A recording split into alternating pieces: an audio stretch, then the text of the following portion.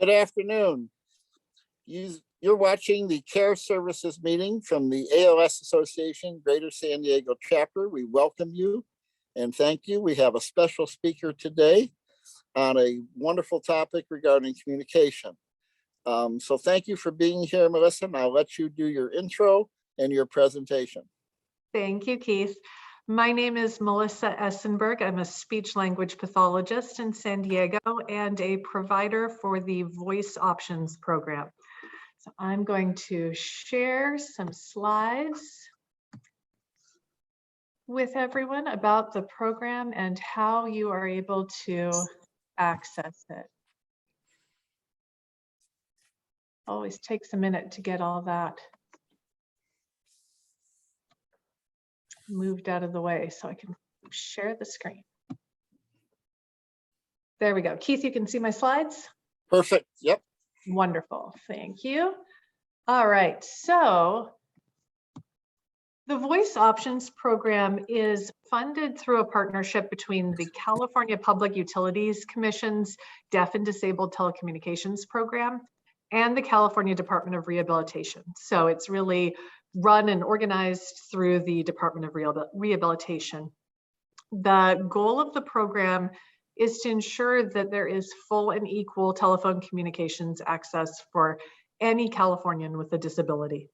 That includes phone use, that includes video call use like this, being able to access your support group meetings, any Californian with a disability that would impair their ability to participate verbally in telecommunications. It is open to anyone who's a California resident, and it has no limitations on age. So it is anyone who has difficulty speaking or is unable to speak and would benefit from a speech generating device. And ultimately what the program does is provides an iPad that has a speech generating device, speech generating app at no cost to the client. So we go through the process, and at the end of the process, if it's something that has been determined that works well for you, you leave the program with your very own iPad that has an app that is set up for generating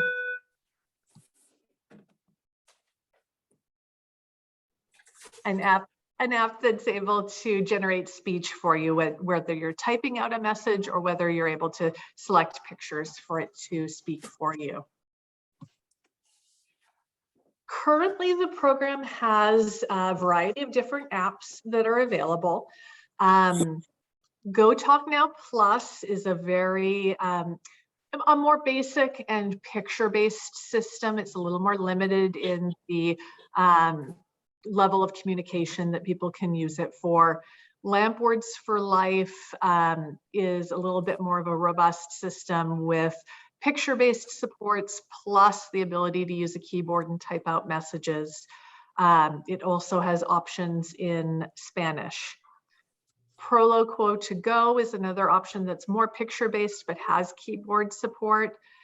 And then the last three are the ones that tend to fit a little bit more for anyone who has ALS that would be considering a speech generating app. Touch Chat HD with Word Power not only has great word prediction and typing options, it also has picture support. So if it's something where you need a little bit more of a quick link and those visuals to get to things, that works really well for people. Proloquo for Text and Predictable are both completely text-based apps. So you're able to type out messages with a keyboard. You have shortcuts, you have quick links, you can have pre-programmed messages. You can have an entire phone script that you're able to play segment by segment. So there's some really nice features there for the speech generating options with those apps. Typically, most of the people that I work with who have ALS are looking at Proloquo for Text and Predictable as their options. And there are also some nice things that can be done as far as using facial gestures to be associated with messages. So 2 blinks can mean I need a drink of water. So there are great options like that, or even accessing things with a switch and being able to click through to generate messages. And I won't go into too much more detail on any of those apps because it's really something that we cover during the process when someone reaches out to be part of the Voice Options program. The Department of Rehabilitation also has wonderful videos in depth on how every one of those apps works. Probably more information than anybody really wants about programming them and all the different options. But if you go onto YouTube and search the California Department of Rehabilitation, any of those apps, you'll see a great introduction and then in-depth primer on how to use all of those apps. So the process for the Voice Options program, the first step is just that the client or the healthcare provider or the caregiver reaches out to us and lets us know that they're interested in a demonstration orientation to the program. Sometimes people will contact the Department of Rehabilitation and then they'll forward that on to a provider. I've had speech language pathologists working with clients who have contacted me to say that they have a client that would be appropriate for the program. And then I've had clients and caregivers reach out directly to me to begin the process. Once we've made that initial contact, then we schedule a voice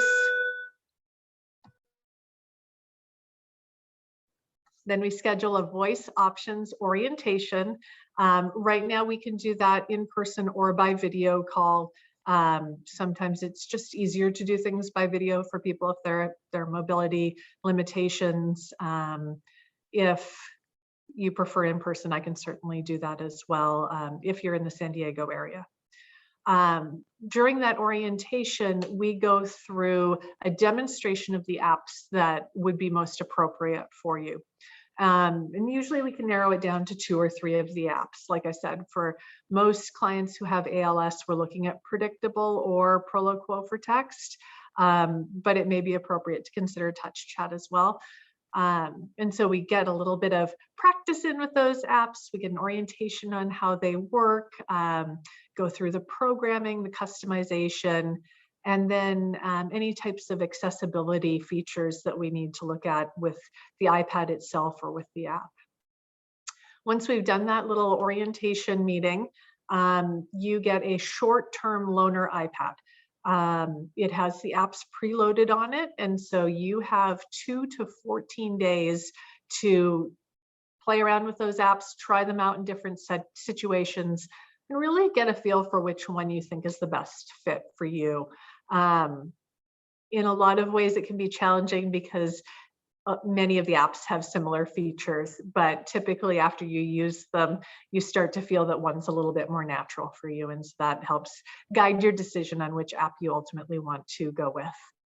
And of course, I'm there for support if you have questions about the app use at any point during that trial period. Once you've made the decision about which app you want to go with, then I submit a funding request to the Department of Rehabilitation, and they approve it very quickly. They've been very fast in doing the approvals for clients, so there's very little downtime. We're able to select an appropriate case for the iPad. If you need any kind of accessibility equipment to use that speech generating app, like a keyboard or a mouse, a wheelchair mount, a table mount, we can typically provide all of those things as well. So that's just something that we go through in the funding request process and determine what other things you might need in order to make best use of that speech generating app. And then it's just waiting for the iPad to arrive. And once I have that, I put the app on for you, and we meet and exchange the short-term loaner iPad for your long-term loan iPad. The long-term loan iPad will have the app that you selected already preloaded on it, be ready to go.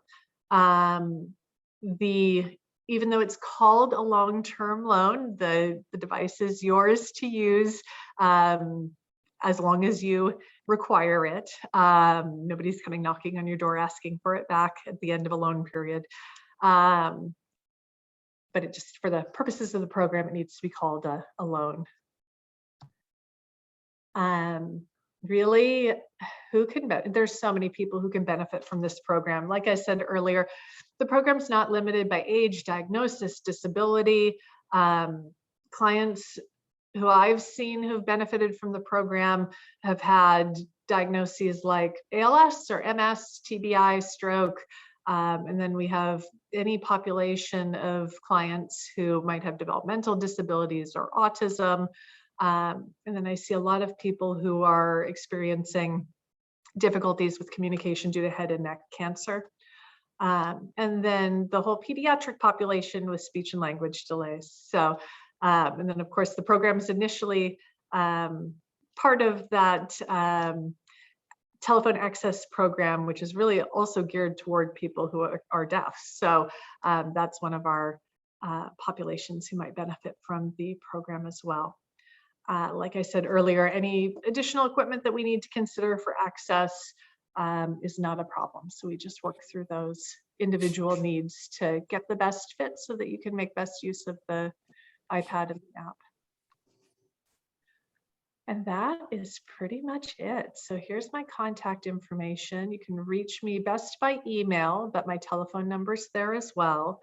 The link for the Voice Options program through the California Department of Rehabilitation is at the bottom. And that link has more information about the program. It has links to those videos on YouTube about each of the apps. And it also has a link to all of the current providers for the state. And there are a lot of them. So if you're in an area that I don't serve, you can always go and find your local provider. Are there Well, excellent. I think you've done this presentation before. That was extremely smooth. If I could ask you to continue to share that final slide. Absolutely. Would be really helpful. Thank you. And then, so I'm ready. Let's just say I've just watched this and my loved ones, and I agree, this is probably going to be extremely helpful for me. What's the process? Send you an email or? Yeah, absolutely. Great question. So the first step is just to reach out to me. So email or phone call.